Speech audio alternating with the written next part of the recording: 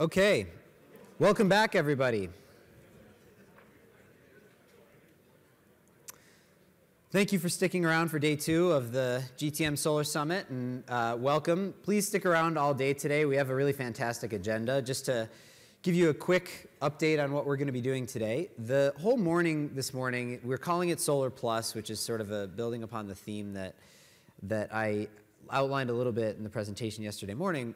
But more broadly, the idea is to take solar in a bigger context. Some of the sessions this morning are going to be talking about solar in the context of other technologies, energy storage, home energy management, the connected home. We want to talk about solar as it fits into all those things. But also, we thought it would be interesting to take solar into the broader context of customers and what they want, what's going to get them to go solar, how we can build a bigger movement around solar in the US, and from a strategic perspective for solar companies, how can we drive down customer acquisition costs by doing so? And so I'm really pleased to have an opening interview this morning with John Carson. John is the Senior Director of the Solar Ambassadors Program at SolarCity, and I think it also particularly relevant to this and one of the things that we're going to be talking about a fair bit. Before working at SolarCity, John was a campaign strategist for President Obama. So he's got a great background with grassroots organizing and sort of figuring out how to build movements and get people excited about things. So we wanted to spend some time this morning talking about how to get people excited about solar. So John, welcome. Thank you. Great to be here. And we'll take some time for questions at the end as well. So keep some in mind, and we'll have time for you to raise your hands. But John, let's get started with, tell us before your solar days, which are only, how old now? 8 months, something 4 like months. That? 4 months. Yes. All right, so until 4 months ago, what were you doing? Well, to a certain degree, Shayle, I actually feel like I'm finally done with a 17-year hiatus into politics and back where I'm supposed to be. I grew up on a farm in western Wisconsin and got an undergrad degree in environmental and civil engineering. This might be a crowd that's actually heard of the University of Wisconsin-Platteville. Wow. Anybody? Okay. Sure. I'm a fellow Wisconsinite. I don't know if you knew that. Yeah, there you go. And during college, my first foray into the energy industry, I worked at one of our rural electric cooperatives. I was doing demand management back before anyone really was talking about it. I went into 5,000 basements over summers and attached radio control boxes to hot water heaters. But then I was doing an internship at a land surveying company my senior year, where I had a sort of singular moment that got me off into my political hiatus. I was designing a parking lot, and if you've ever designed a parking lot, there's a moment at which you have to decide if you're going to go straight in with the parking spots or do the fishbone. And I was in front of my AutoCAD and looking at that and trying to decide which to go with, and I thought to myself, I'm not sure I want to do this for the rest of my life. So I hopped onto a Senate campaign in 1998. In the early 2000s, my pattern was I would work for a Democrat, the Democrat would lose, and I'd go to grad school for a while at UCLA for geography, joined the Peace Corps for 2 years, where I actually used my engineering degree for the first time, building water systems in small villages, and then came back to Chicago, where I fully intended to join the renewable energy industry after having worked for a rural electric cooperative, which I loved, but is basically a big giant coal-fired power plant attached to the farms and cities around the area. Excited to get into the renewable energy industry, but I got one of those phone calls and ended up on another campaign. And then in early 2007, this young US Senator from Chicago was running for president, and I was right there, so I joined the team.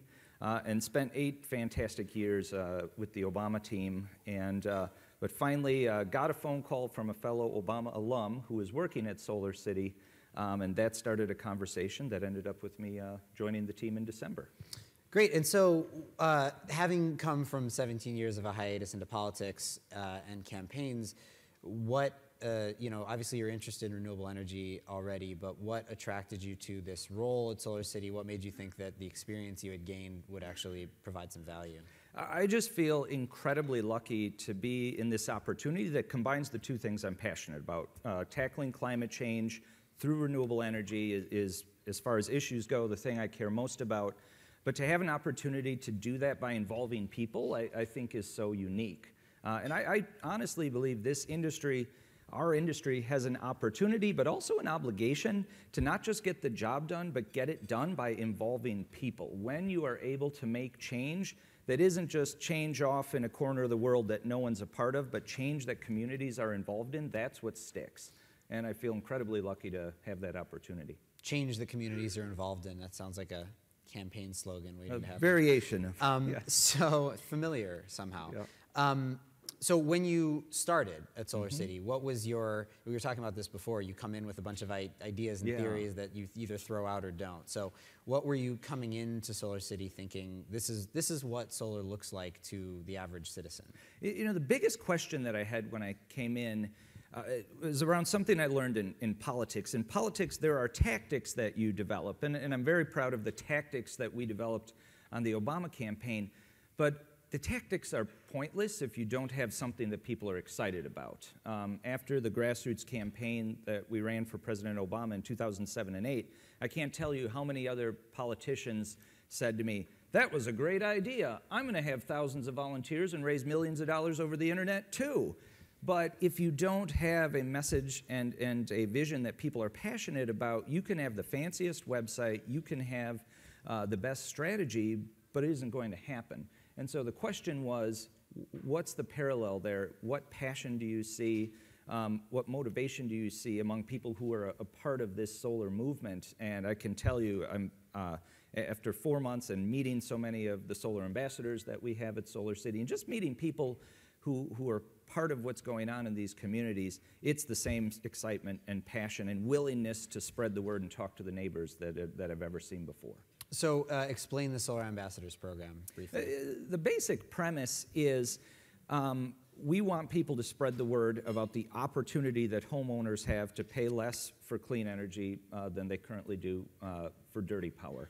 And that really is the key. I think it's not just, I think it's especially focused in distributed solar, but I think with so many markets, understanding how people make decisions and the influence of word of mouth and the interest in people actually, word of mouth only works if the people who have the knowledge are excited and willing to share it.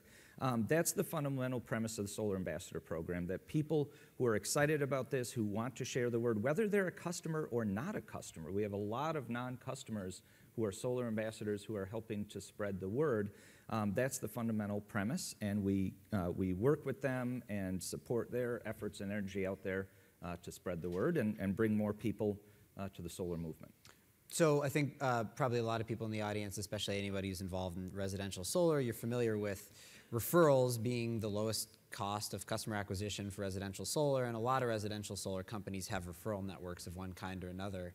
Can you maybe distinguish between just a straightforward referral network and what you're trying to do with solar ambassadors?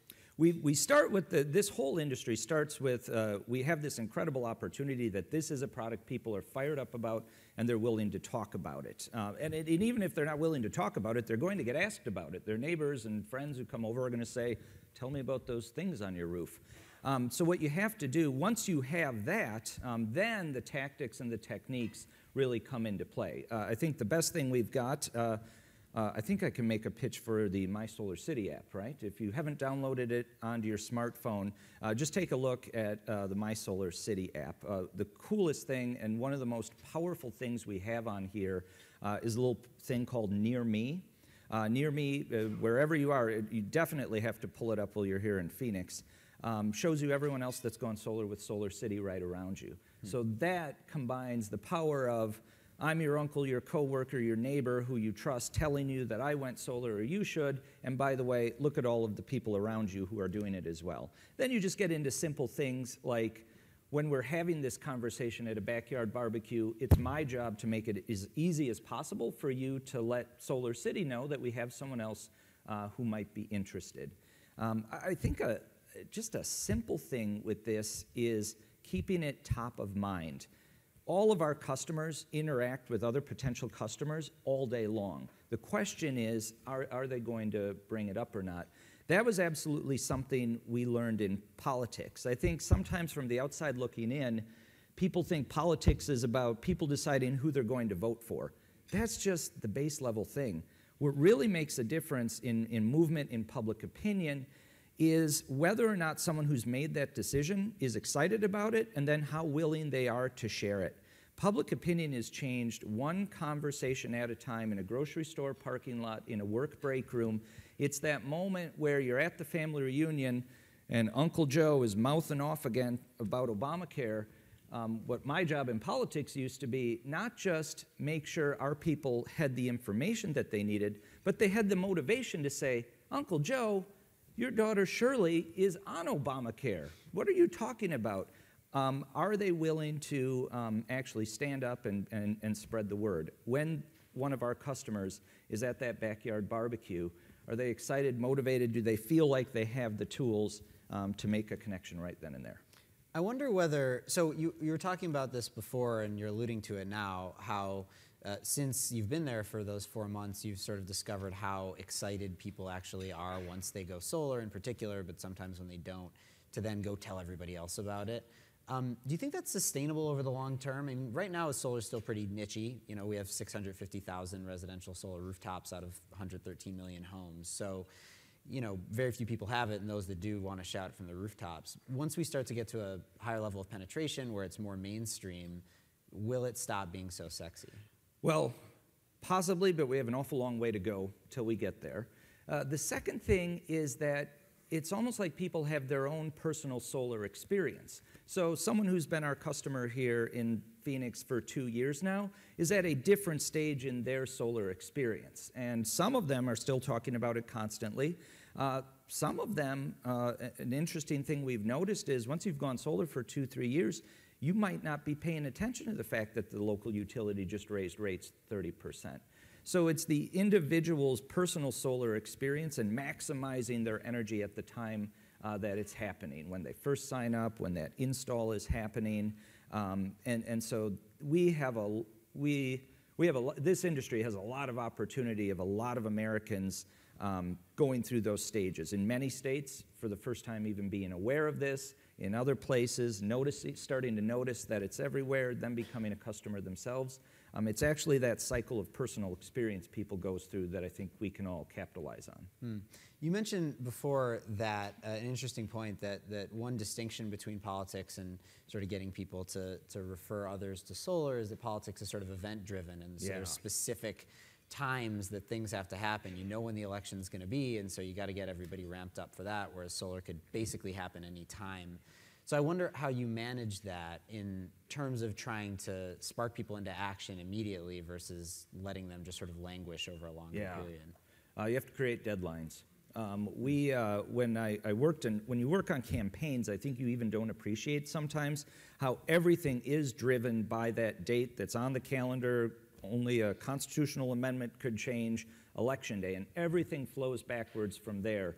Your most fired up volunteers are coming in early, but there's just a surge of people that are only going to come in at the end. So how do we create those moments along people's personal experiences? One way that we're looking at doing it is involving nonprofits in what we're doing, getting nonprofits involved in their communities, running campaigns to get people involved, and creating, I think we've all seen in this industry, getting someone to agree that going solar is a good idea is only the first step. Getting them to then say, well, let's do it now, that can often be the step that actually matters. So creating those moments and times to just call the question and get people in, that's what you've got to do. I get the sense in general that you feel like it's at least as easy, if not easier, to get people excited about selling or their friends on solar than selling their friends on a political candidate. Is there anything that you find harder about solar? Definitely, definitely that lack of deadline. Like, okay, you've convinced me. Okay, I see. I see that you've gone solar. I mean, I will make a personal, horrible admission.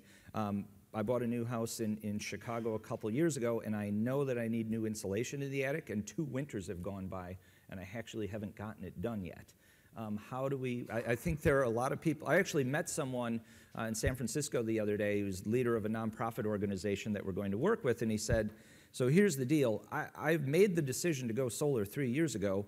I actually haven't done it yet. I think I actually think like I'm a solar owner. I almost act like I am, but I realized before I came to sit down with you today, I actually hadn't done it yet.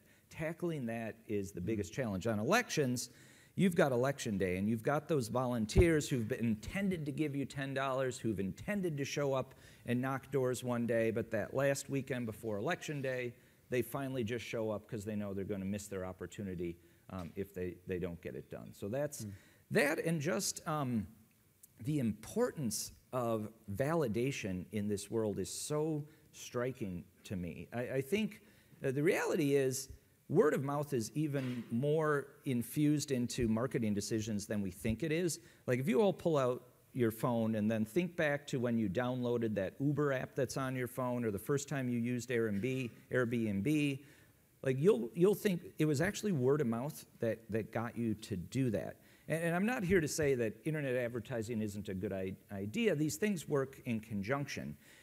In fact, sometimes it's that first word of mouth conversation that makes everything else appear. If you've ever learned another language, there's this phenomenon that happens where you learn a new word, and then suddenly you start hearing it all the time, and then you realize, like, did I just keep missing that in conversations before? Once that word of mouth conversation happens, we have this funny thing that happens all the time at SolarCity. First time someone has the conversation, they say, and then suddenly your little green truck started appearing everywhere. All these things work together, and that word of mouth can be the key to unlocking everything else, all the other marketing that you're doing to actually get them to notice it. You have mentioned the phone a couple of times, the mobile app once. I wonder how much of what you're doing is built around a mobile strategy. Movements can happen fast now. The reality of what we accomplished in 2007 and 2008 with Barack Obama's first election, there were three things that came together at once. We had a great candidate, amazing vision, and ability to communicate with people, but it came at a moment that people were hungry for it. The American people were ready for it, and then technology allowed it to move so quickly. I was working on all the states that came after the early primaries, and as we went through the calendar cycle, we would say, okay, what's next? It's the Texas caucus, it's the Idaho primary, and there would be 30,000 people who had already signed up to volunteer online. The internet allows ideas and information to spread faster than they ever have before, but what I've learned in politics is that only gets you ready. That only creates an opportunity. It's human interaction and relationships that actually finally get action to occur. And so I think that's the opportunity that we have right now. This is an exciting movement that's happening. The people are ready for it. People are ready for a choice in how they get their electricity. People have had enough dealings, interesting situations with utility companies that they are ready to have a choice, but the way technology works now is going to allow our movement to spread so quickly if we combine the advantages of technology with human interaction. That's the only way you get to scale. I'm interested in your opinion on sort of how the various channels through which a residential solar company, SolarCity or otherwise, work together. So an example would be, I know SolarCity not only will do direct sales and advertising and stuff like that, but they also have channel partnerships through like Honda. So if you go buy a Honda, you might see a SolarCity note there. If you go into Home Depot, you might have a little SolarCity booth. So is part of the idea with solar ambassadors that you get your crazy uncle to tell you about solar that he put on his roof, and then when you walk into Home Depot next time, now you're going to go talk to somebody? Well, my job is to make sure that the crazy uncle has an app on his phone, and when you have the conversation, he puts your name in, and someone from SolarCity calls you pretty quickly. But absolutely, these channels all interact. It really is interesting, and you can do experiments on this. After the first breakthrough conversation, people do start noticing the ads, noticing our little trucks. They're suddenly aware of it. They notice the solar panels on a neighbor home. So these channels influence each other. My job is to make it as smooth as possible for that referral to bring someone into the company. One thing that I heard a while ago, we've done a fair amount of research into customer acquisition strategies for residential solar, and one of the conversations I had was with somebody who was a lead generator. They would sell leads, and they said that when somebody becomes a lead online, so they fill out some kind of form online that sort of puts up their hand and says they're interested in solar, if you don't call them within 4 minutes, your closure rate drops by like 50%. Like you need to call them immediately. Is that true here? Like if my crazy uncle puts my name into my SolarCity app, am I going to get a call from SolarCity right then? It's not the same. The thing about the internet is people feel no obligation to anything they did or said or clicked on the internet. Working in politics, you'll have all these progressive groups, and I know conservative groups are the same way, who say, we have 5 million members. No, you don't. You have 5 million email addresses. And you had some interesting thing that allowed them to click on it once, and now you've got their email address, and by the way, it's going into their spam folder every time. People, the internet is an amazing butterfly net to find leads, to find possibilities, but you cannot overestimate the emotional connection there. When my crazy Uncle Joe talks to me about solar and I watch him put my name in, I'm not just thinking about the fact that SolarCity's going to call me. I'm thinking about the fact that, oh my God, I'm going to see Uncle Joe at the wedding next week, and if I don't talk to that SolarCity guy by the time I see him at the wedding, he's going to drive me nuts about this again. There's an obligation and a human connection that happens with a referral like that, and that matters much more than any button you ever clicked on a web ad. I'm also curious, presumably there are referral bonuses. If I refer somebody, then I'm going to get some bonus. That's pretty standard. Have you messed around with different amounts for the referral bonus and how much there's, I guess, price elasticity in it? Am I more likely to refer if it's going to get me $400 versus $200? We're not messing around with it. We've set out what our referral rewards are for the Solar Ambassador program, but we don't find it as the primary driver at all. People who... It really doesn't work that way. And if you think about, a good thought experiment to do is to think about if you just moved into a new neighborhood, and many of you probably have, you meet that neighbor who, that's the neighbor you would definitely ask which auto mechanic to go to. But it's a totally different neighbor that you would ask which pediatrician should I bring my kid to. And I don't even think we think through these things, but it's happening subconsciously. You only value the information that person's giving you if you have an understanding and trust their motivations for giving it to you. And so we do give referral rewards to our solar ambassadors, but the most effective ones are the ones that are fired up about it, and they're telling their friends and neighbors about it because it's been such a great experience for them that they want to spread the word. Those are the most effective refers, not someone who's just trying to make money off this. I'm going to ask one more question, then we'll take some from the audience as well. Can you sort of paint a picture in your ideal world if the Solar Ambassadors program, but more generally sort of marketing for residential solar, is effective over the next 5 years? 5 years from now, what could solar look like to an average homeowner in the U.S. that it doesn't today? I think I will go back to what I said at the beginning. I think we have not just an opportunity, but an obligation to make solar something that everyone feels a part of. That is what's going to make this sustainable over the long run. That's what's going to make this the #1 source of energy in America. If it's not just something that some bunch of companies did, but it's something that communities and people and organizations feel like they had ownership in getting the job done, that will be incredibly powerful. Then politics and other fights will take care of themselves. And I see the opportunity in this movement. People are fired up about not just the product, but being a part of it. And that's what I'm personally focused on and really hope happens. Great. All right. We have time for a few questions from the audience. If you have one, just raise a hand. There's 2 up in the front here. We'll bring a mic up to you in just a second.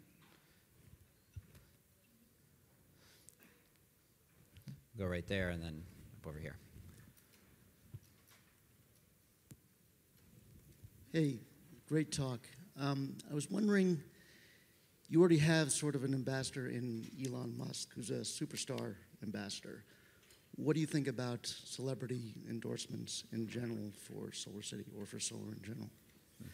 Not nearly as powerful as 10,000 homeowners out there talking to their friends and family, as tens of thousands of non-customers. We're asking people to put a big thing on their home. We're asking, in one of my first weeks at SolarCity, someone said to me, never forget, at the end of the day, we're asking homeowners to let 3 dudes with drills go up on their roof. And I can't think of a celebrity that would make you comfortable with that. but we can all picture the neighbor that would make us comfortable with that. And it's funny, again, I don't think people really think this through consciously, subconsciously. You all know that neighbor who's giving every contractor who comes into their home the 3rd degree and really vetting everything. When that person, when that family goes solar, that's the most powerful thing that can happen in a community, far more than a tweet. I mean, I certainly wouldn't turn down tweets or Facebook posts from celebrities, but I want to harness the power of tens of thousands, hundreds of thousands eventually, of those folks on the ground. So you don't think that they inspire even more mass people at once? I mean, in other words, if they're constantly pitching your message, and people already love that person, and they're endorsing that, that doesn't have also a powerful effect? I think it can absolutely help. It's one of those touch points of this is something you should be aware of. Maybe that tweet from a celebrity is the thing that breaks through. But you know, with this product, the concept of it, you don't need to sell. Like, it's really just getting someone to understand that this is real and this is now and this is possible. The concept of I can get clean energy at a lower price than dirty energy, everybody loves that if they believe it's true. And you're going to trust that neighbor, that uncle, that coworker more than you are anything from a celebrity. I agree. I just wanted to see what the other's perspective was. There's a question right up here. Can you hear me? Oh, there we go. Yeah. Hi. So full disclosure, in a former life, I was the national organizing chair for the Alliance for Solar Choice, which is a collaboration between Sunrun, SolarCity, and for solar advocacy. So I'm curious how you reconcile the sort of private market directive to grow the customer base with building a movement, which is more of an effort that takes place within the public sphere, right? Mm-hmm. And how you kind of think about that and bringing those two worlds together. If there's something I learned from politics is that don't try to overcomplicate it. You know, in the 2008 campaign, where we had millions of volunteers out there doing great work, we had complicated systems and door knocking sheets that they used and phone calling scripts, and you've all read articles about the fancy algorithms that we used and whatnot. But here's the truth. We knew that half of the value was never being noticed or captured. A volunteer would come to a phone bank and we'd have highly calculated lists of who to call, and that was valuable, but then they'd go home and call their cousin in Ohio or put out a Facebook post, and you can't assume that you can strategize or chart all of that out. The fundamental, when it comes to advocacy, there's some smart strategies we can come up with, we can work on our messaging, but all of that is trumped by the more families that have gone solar, the better off we all are. So that's how I tie it together. Time for at least one more. I see another one. Two more in the front here. Hi, good morning. My question is, how do you promote the app and how many downloads do you have? I believe we are announcing today that we have 70,000 people that are solar ambassadors and out there a part of this. But again, the number one way it happens is actually word of mouth. And it sounds crazy, but as I said, think back through the first time you signed up for any new thing that's going on these days. It's usually a personal conversation. A lot of them are our customers, but a lot of them aren't. And I think word of mouth is well, I should qualify my emphasis on word of mouth. Word of mouth depends on the person with the knowledge being willing to share it, being a trustworthy person. But then once the knowledge is spread, you got to have a good experience the first time you do it. So having that first referral go in and being a good experience, getting to play around with Near Me and seeing your own home pop up for the first time, it's all those pieces. So it's 70,000 downloads? We've crossed 70,000 solar ambassadors. We'll take one more question.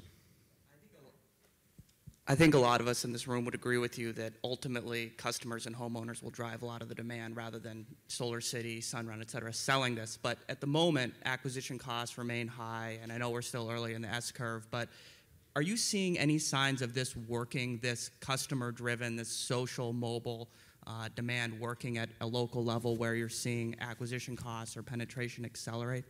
Oh, absolutely. And it's definitely a geographic thing, right? Like people, have an experience based on the density in their community. Yale did a fabulous study of what's going on in Connecticut, where they looked at all these different factors, but just exposure to it in your neighborhood really matters. It's kind of, the other thing I like about this is, the reality is a lot of us are closer to our networks than we are to our neighbors. If you think about your influencers, it's those people you went to college with, that you're still on Facebook with, it's those people you work with. Then one day you've lived in your house 2 years and you realize you don't remember the last name of your neighbor 2 doors down. A fun thing about solar, I think, is that it's actually bringing communities together. It's this physical presence. You know, you can't drive through your boulevard and know how many people installed a high-efficiency gas furnace, but you can drive down the street and see that your neighborhood's gone solar. So I like that piece of it, too, that it's bringing, it has the potential to bring communities together. Great. Well, that's all the time we have, so please join me in thanking John Carson. All right.